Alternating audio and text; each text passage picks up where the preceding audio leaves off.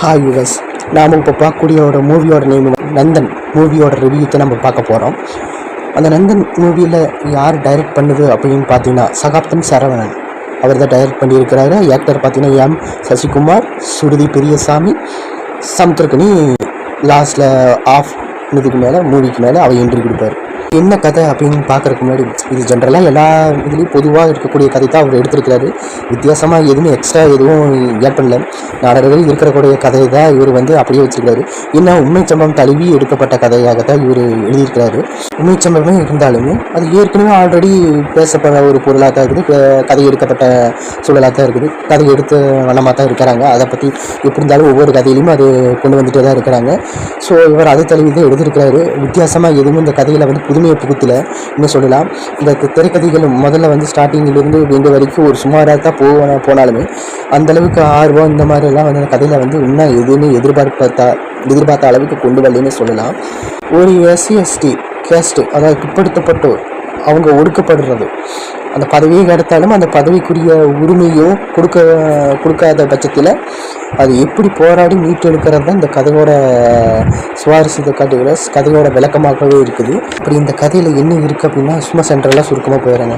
SC/ST பிற்படுத்தப்பட்டோர் அங்கே எப்போவுமே ரெகுலராக இருக்கக்கூடிய ஒரு பர்சன், அதாவது பஞ்சாயத்து ஊர் தலைவராக எப்போவுமே இருக்கக்கூடியது. அவர் தான் காலகாலமாக தேர்ந்தெடுக்கிறாங்க. அந்த டைமில் ஏற்கனவே ஆல்ரெடி ஒரு இந்த SC/ST கேண்டிடேட்லேருந்து ஒரு ஆள் பர்சன் என்னையும் தேர்ந்தெடுங்க அப்படின்னு போய் நிற்கிறாங்க. உங்களால் தேர்ந்தெடுக்க முடியாது, எங்களுக்கு தான் காலகாலமாக நிற்குது அப்படின்னு சொல்லி அவங்களே நிற்கத்து வைக்கிறாங்க. பஞ்சாயத்து தலைவராக அவரே தான் நிற்கிறாரு. அவரோட கேரக்டர் எப்படின்னா அவரோட சொந்தம் கூட அவருக்கு எதிராக நிற்கிறதில்ல. ஸோ அந்த ஊர் தலைவர்னா அவர் மட்டுமே தான் நிற்கக்கூடிய ஒரு கான்செப்ட். அதை விட்டு கொடுக்காத ஒரு மனுஷனாக அந்த இடத்துல இருக்கிற பர்சனாக காட்டிக்கிறாங்க.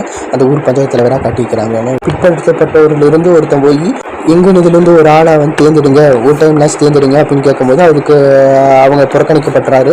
அது கேட்டதுக்கோசரம் அவர் லாரியில் அடிவட்ட மாதிரி பண்டிகையும் போடுறாங்க. அவர் இறந்தும் போயிடுற மாதிரி கட்டிக்கிறாங்க.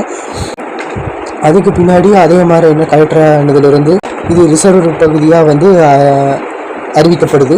ரிசர்வ் பகுதிங்கும்போது கவர்மெண்ட்டில் SC/ST கேண்டிடேட் தான் ஒரு ஆள் நிற்க வைக்கணுங்கிற ஒரு ரூல்ஸ் வருது. அப்படிங்கிற பட்சத்தில் இவங்க தம் சொல்லு பேச்சு கேட்கக்கூடிய ஒரு ஆளாக செலக்ட் பண்ணணும் அப்படின்னு சொல்லி தேடும்போது அந்த பஞ்சாயத்து ஊர் தலைவருக்கு கூடவே விசுவாசமாக இருக்கக்கூடிய எம் சசிகுமாரை தான் எடுக்கலான்னு நினைக்கிறாங்க. ஆனால் இருந்தாலும் எடுக்கலை. மற்ற ஆளுகள் எல்லாத்தையும் எடுக்கலான்னு நினச்சிட்டு அதெல்லாம் சரிப்பட்டு வரலைன்னு கடைசி முடிவாக தான் சசிகுமாரை தேர்ந்தெடுக்கிற மாதிரி இந்த படத்தில் காட்டிக்கிறாங்க. சசிகுமாரை தேர்ந்தெடுத்து ஜெயிக்க வச்சுட்டாலுமே அவருக்கு உண்டான அங்கே போய் ஊராட்சி மன்ற தலைவர் அந்த உள்ள சீட்டில் போய் போகிறது, அந்த நாட்டாளியில் போய் போகிறது தடைப்படுது. இல்லாமல் கொடியேற்ற விழாவில் கொடியேற்றனாலுமே கொடியேற்றக்கு இல்லாமல் இவங்களே எல்லாம் முன்னிருந்து இவங்களே பண்ணுற மாதிரி பஞ்சாயத்து ஏற்கனவே ஆல்ரெடி இருந்தார்ல அவரே எல்லாமே பண்ணுற மாதிரி இருக்காங்க. முன்னிறுத்தி பண்ணுற மாதிரியே காட்டிக்கிறாங்க. இவருக்கு எந்த ஒரு வேலையுமே இல்லை, உள்ளேயும் போடுறதில்ல. அப்படிங்கிற பட்சத்தில் எல்லா விதத்திலும் ஒதுக்கீடு பண்ணிகிட்டே இருக்கிறாங்க.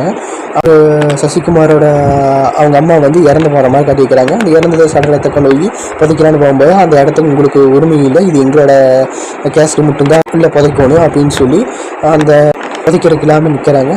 இது ஒரு இஷ்யூவாக ஆகுது. அதனால் இவர் தனியாக எங்கேயோ ஒரு ஓரத்தில் போய் புதைச்சிட்டு வந்துற மாதிரி காட்டிக்கிறாங்க. அதுக்கப்புறம் இவர் போய் அந்த தாசில்தாரை பார்க்குற மாதிரி கேட்குது. அந்த தாசில்தார் பார்த்துட்டு உங்களுக்குன்னு ஒரு 10 சென்ட்டை நான் கொடுக்குறேன், அந்த ஊர் புறம்போக்கு நிலத்துலேருந்து ஒரு 10 சென்ட்டை கொடுக்குறேன் அப்படின்னு சொல்லி இருக்கிறாரு. அந்த தாசில்தார் தான் சமுத்திரக்கனியாக ஆட் பண்ணியிருக்கிறாரு. அந்த 10 சென்ட் எங்கே வருது அப்படின்னா அந்த ஊர் பஞ்சாயத்து தலைவர் ஏற்கனவே ஆல்ரெடி இருந்தார்ல அவரோட நிலத்தில் தான் புறம்போக்குன்னு வந்துடுது. அவர் அதை வகையிலாக யூஸ் பண்ணிட்டு இருக்கிறாரு. அதுலேருந்து 10 சென்ட்டை எடுக்கும்போது சரி விட்டுருங்க அப்படின்னு சொல்லி அவர் இந்த ஊர் பஞ்சாயத்து தலைவர் சரி விட்டுருங்க அப்படின்னு சொல்லி விட்டுறாரு. அப்போ அந்த சமயத்தில் நல்லா நாட்டை அதுக்கப்புறம் அந்த இவரோட ஊருக்கே அவர் அது நம்ம புறம்போக்குன்னா சரி விட்டுட்டேன். ஆனால் இது என்னோட பட்டா நிலத்தில் வருது தானே, இந்த வீட்டையெல்லாம் நீங்கள் எல்லாம் காலி பண்ணித்தாங்க, இத்தனை பேருக்கு இல்லை 2 நாள் தான் டைம், 2 நாள் கூட காலி பண்ணித்தாங்க, இல்லைன்னா இவனை வாபஸ் வாங்க சொல்லுங்கள், இவனோட பதவியை வாபஸ் வாங்க சொல்லிடுங்க, ராஜினாமா பண்ண சொல்லு அப்படின்னு சொல்லி குமாரை எச்சரிக்கை கொடுத்துட்டு போகிறாரு. அந்த ஊருக்குமே சசிகுமாரையுமே எச்சரிக்கை கொடுத்துட்டு போகிறாரு. அதன்படி சசிகுமார் போய் அங்கே வாபஸ் வாங்கிடுறாரு. வாங்கினோடனே அப்பவும் முடியல, சசிகுமாரை அடிக்கடி அடித்து அவமானப்படுத்தி விட்டுறாங்க. அவமானம் தான் அந்த ஊரை விட்டுட்டு அவர் பக்கத்தான வீட்டுக்கு வேலை ஒரு கட்டட வேலைக்கு போய் சேர்ந்துடுறாரு. கட்டட வேலையும் நேர்ந்துடுது. அதுக்கப்புறம் இந்த இடத்த ஃபில்லப் பண்ணுறதுக்கு இன்னொரு ஆள் வேணுமே. அதனால் வந்து அந்த ஊரில் இருக்கிறவங்க தொடங்கும்போது ஏற்கனவே வந்து இது உரிமை கேட்டான்ல, இந்த பஞ்சாயத்தை என்னைய போஸ்டிங் நிற்க விடுன்னு சொல்லி அவனை கூட அடிச்சு கொண்டுட்டாங்களே, அவங்க அப்பா இருந்தாங்க. அவங்ககிட்ட போய் நீ இந்த ஊர் பஞ்சாயத்து தலைவராக இல்லை நீங்கள் சொல்லி பேச்சு கேட்கணும், அவன் மாதிரிலாம் நீங்கள் பண்ணக்கூடாது அப்படின்னு சொல்லி வற்புறுத்தி கஷ்டப்பட்டு சைன் வாங்க வைக்கிறாங்க. அது எப்படி 2 சைனாக வாங்க வைக்கிறாங்க. ஒரு சைன் வந்து இந்த மாதிரி லொல்லு பண்ணால் ராஜினாமா அவனே வந்து முன்னிருந்து போட்ட மாதிரி ஒரு சைனு, 2வது அவன் வேட்புமனு தாக்கல் மாதிரி ஒரு சைனு எல்லாம் வாங்கிட்டு சமுத்திரக்கனியோட கொடுக்குறாங்க. சமுத்திரக்கனியும் அதை வாங்கிட்டு ஓகே அப்ரூவல் கொடுத்துருக்காரு. அந்த சமயத்தில் சசிகுமாரோட ஒய்ஃப் என்ன சொல்கிறாங்க அப்படின்னா, காலமாக நம்ம இப்படியே தான் இருக்கணுமா, நீ எதிர்த்து ஏன் நீ அந்த வேலையை வந்து ராஜினாமா பண்ணிட்டு வந்த, எப்படியாச்சும் நீ அந்த வேலையை வந்து வாங்கப்பாரு அப்படின்னு சொல்ல, சசிகுமார் மறுபடியும் போய் என்ன பண்ணுறாரு, வேட்புமனு தாக்கல் பண்ணுறதுக்கு அங்கே வராரு. அங்கே வேட்புமனு இவங்க முன்னாடியே வந்து வேட்புமனு தாக்கல் பண்ணுறாரு. இந்த கேஸ்ட்டுன்னு சொல்லுவாங்கல்ல, அவங்கெல்லாம் என்னோட ஒரு கேங்காக ஒரு குழுவாக வேண்டி இதுனா வரைக்கும் காலங்காலமாக நம்மளை எதிர்த்து இவங்க நின்னதில்லை, இவங்க நின்று இருக்கிறாங்க, எப்படியாச்சும் இன்றைக்கி அவனை வாபஸ் வாங்க சொல்லிடு, சசிகுமாரை வாபஸ் வாங்க சொல்லிடு அப்படின்னு சொல்லி, நம்மளை எதிர்த்து யாரும் நிற்கக்கூடாது, வாபஸ் வாங்க சொல்லிடு அப்படின்னு சொல்லி எல்லாம் சொந்த பந்தமெல்லாம் சொல்ல, நம்மளை தவிர யாரும் நம்ம சொன்னதான் கேட்கணும், அதுக்கு மேலே எதிர்த்து நிற்கக்கூடாதுன்னு சொல்ல, அவனுக்கு அதே மாதிரி அந்த வெங்கலத்தில் போய் ஆள் விட்டு அந்த பகுதி வாழக்கூடிய மக்கள் எல்லாத்தையும் குடும்பப்படுத்துகிறாங்க, அடிக்கிறாங்க. இந்த மாதிரி அவங்கெல்லாம் போய் சசிகுமார்கிட்ட போய் டான்ஸ் சொல்கிற மாதிரி ஒரு கான்செப்டில் கொண்டு போனாங்க.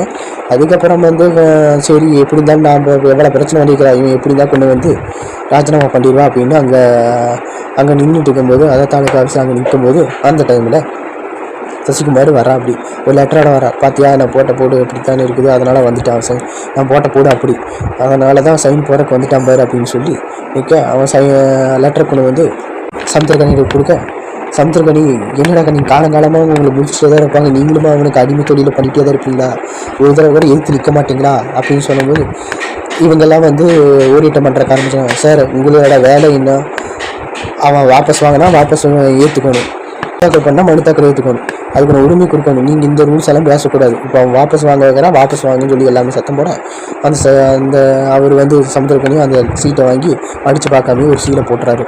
சீலை போட்ட உடனே படித்து பார்த்த உடனே தான் தெரியுது அவர் வந்து வேட்புமனு தாக்கலில் வந்து அந்த ஆப்போசிட்டாக நிற்கக்கூடிய அந்த கேண்டிடேட், அதாவது அவங்க பையன் இறந்து போய் அவங்க அப்பனை நிற்க வச்சுருப்பாங்கல்ல, அவன் வந்து வாபஸ் வாங்குற மாதிரி இவர் ஒருத்தரே தான் நிற்கிற மாதிரி அது காட்டியிருக்கிறாங்க.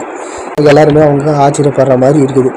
இந்த டைமு வந்து அந்த பஞ்சாயத்து ஊர் தலைவர் நிற்க வச்ச அந்த அவர் வந்து வாபஸ் வாங்குற மாதிரி, இவர் ஒருத்தர் வந்து போட்டி இல்லாமல் தனியாக நின்று ஜெயிக்கிற மாதிரி இந்த படத்தில் வந்து காட்டியிருக்கிறாங்க. அதுபோக இவர் வந்து பஞ்சாயத்து தலைவராக இவர் ஓனாக எல்லாம் சேர்ந்து இவர் எடுத்து இவருக்கு பஞ்சாயத்து தலைவராக ஆன மாதிரி இவர் நாற்காலியில் வந்து சைன் போடுற மாதிரி அந்த படத்தை கொண்டு போயிருக்கிறாங்க. லாஸ்ட்டில் இதனால் பாதிக்கப்பட்டவங்க இது எப்படி எடுக்கப்பட்டது அப்படின்னா, ஏற்கனவே ஒரு 5-6-7 ஊராட்சி மன்ற தலைவரோட பாதிக்கப்பட்டவங்க எல்லாத்தையும் 7-8 பேரை வந்து காட்டியிருப்பாங்க. அவங்களோட குறையெல்லாம் சொல்லியிருப்பாங்க, எங்களுக்கு மறுக்கப்படுது, இந்த இத்தனை மறுப்புகளும் சேர்த்து எடுக்கப்பட்டது தான் இந்த ஒரு கதை. ஒரு கீழ்பட்ட கேஸ்ட்னு சொல்லி ஒதுக்கப்பட்ட ஒரு சமுதாயத்திலிருந்து அவர் மீண்டு வந்த மாதிரி இந்த கதையில் வந்து கொண்டு வந்திருக்காங்க. ஆனால் இது கொண்டு வந்திருக்காங்க, ஆனால் அவங்களோட வாழ்க்கையில் வந்து இன்னுமே அந்த குறைகளை மட்டும்தான் சொல்லியிருக்கிறாங்க தவிர அதுக்கு நான் நிவர்த்தியை வந்து காட்டல. ஆனால் இவர் வந்து நிவர்த்தியான மாதிரி எக்ஸ்ட்ராபிட்டிங் பண்ணி காட்டியிருக்கிறாரு. ஆனால் உண்மையாக சம்பவத்தில் பார்த்தீங்கன்னா அவங்களுக்கு உண்மையாகவே அந்த உரிமையை உண்மை கொடுக்கவே இல்லைன்னு தான் தெரியுது. உண்மை வரைக்கும் அவங்க போராடிட்டு தான் இருக்கிறாங்கன்னு நம்ம இதில் வந்து புரிஞ்சுக்கலாம். வேறும் புத்தம்பதிய கதைகளோடு உங்களை வந்து சந்திக்கிறேன். பாய்.